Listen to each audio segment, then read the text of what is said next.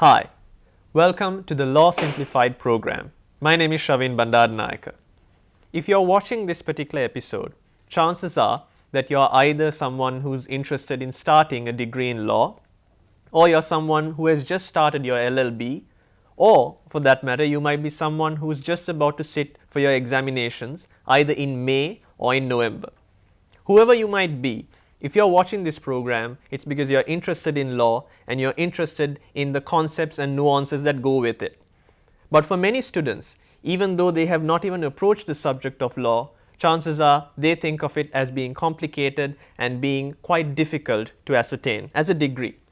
But what I'm here to tell you is that it's definitely possible, and with these 5 tips that I'm about to tell you on how to ace a law exam, it is downright easy to do. So, without much further ado, let's begin. First and foremost, I studied for my LLB program as a part-time student. I was employed full-time running my own company, which meant that I had to be tactical with the way I utilized my time and how I prepared for my examinations. So, in that light, I prepared these 5 tips in order to make me fulfill my obligations in relation to my study time. So, first of all, number 5, plan for it. During the time that I was studying, I always managed to get 20 hours of study time every single week, like a prayer. I made sure that no matter what work I had, I allocated 20 hours within the 7 days in order to study. So how exactly did I do this?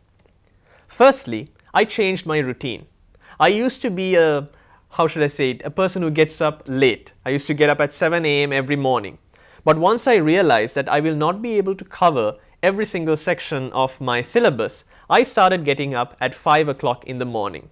And when I got up at 5 o'clock in the morning, I allocated 1 hour of study in the morning, and then once I came back from work, I would allocate another hour of study just before I had my dinner.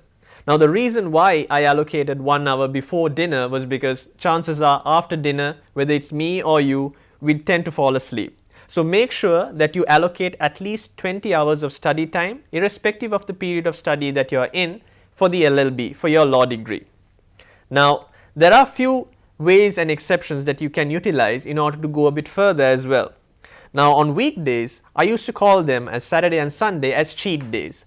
And the reason why is, unlike a weekday, a weekend will allow me to allocate something like 5 hours per day. Now, within these 5 hours, if for some reason I had missed out on a couple of hours throughout the weekdays, I would be able to catch up during the weekend. So make sure you utilize those 5 hours on Saturday and the 5 hours on Sunday as well. On top of that, always make sure that you have some sort of visual representation. At the end of the day, no matter how much you have covered throughout your 20 hours or throughout the week, you will still feel stressed towards the end of the period of study before the examinations. If you have a sort of a schedule or a timetable on a prominent place, either at home or at your workplace, in which you either cross off or put a check mark every single day of the week that you have completed your study pattern, when you look at it throughout the period of study as well as towards the end of your study period, you will feel confident that you have accomplished something and that you have covered the necessary areas of law. So why exactly would it boost your confidence? Firstly, because you would understand that each and every single topic that you have in your LLB program you have gone through and you have prepared for. So that's number 5, plan for it. Number 4, read around the subject. Now, what do I mean by this? Firstly, every single student, no matter what degree program you're in, whether it be the University of London program that I was involved in, will be allotted a certain set of subject guides and study material. Now, mind you, this is absolutely essential. As a student, you need to go through each and every portion of this particular subject guide and the resources provided to you. But the difference between passing and acing a law exam is that as a student, you need to go above and beyond and show the examiner that you have been proactive in your study.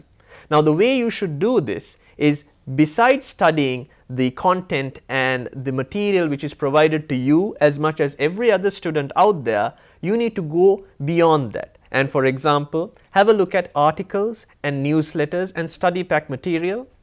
news on TV, for example, which are relevant to your subject area, whether it be criminal, contract, or even constitutional law. Even going on to find out seldom heard of cases, because as a student you will be allotted a certain set of case law which every other student, thousands of students worldwide, will be studying. And as an examiner, when they mark papers, they will keep coming across the same exact case law by every single person. And while you can pass by utilizing those case summaries or the case law, you will not be able to ace it, and you need to impress your examiner by using articles, newsletters and cases that others will probably not use. Make most of online libraries. Chances are, as a law student, you will be given access to LexisNexis or even Westlaw or Justo for that matter, some being free and some being subscription based. Use the graph search facility in these websites so that you can enter terms which are broad, which will in turn give you results which are quite interesting. For example, if you use a specific term like agreement when you're studying for your contract law examinations, you will get thousands of interesting articles, both obscure and popular. Try to take chunks of these particular sections so that you can enrich your answer scripts as well. Now, those are the first 2 points. Number 5, plan for it, and number 4, read around the subject. When we come back, we will go through our list.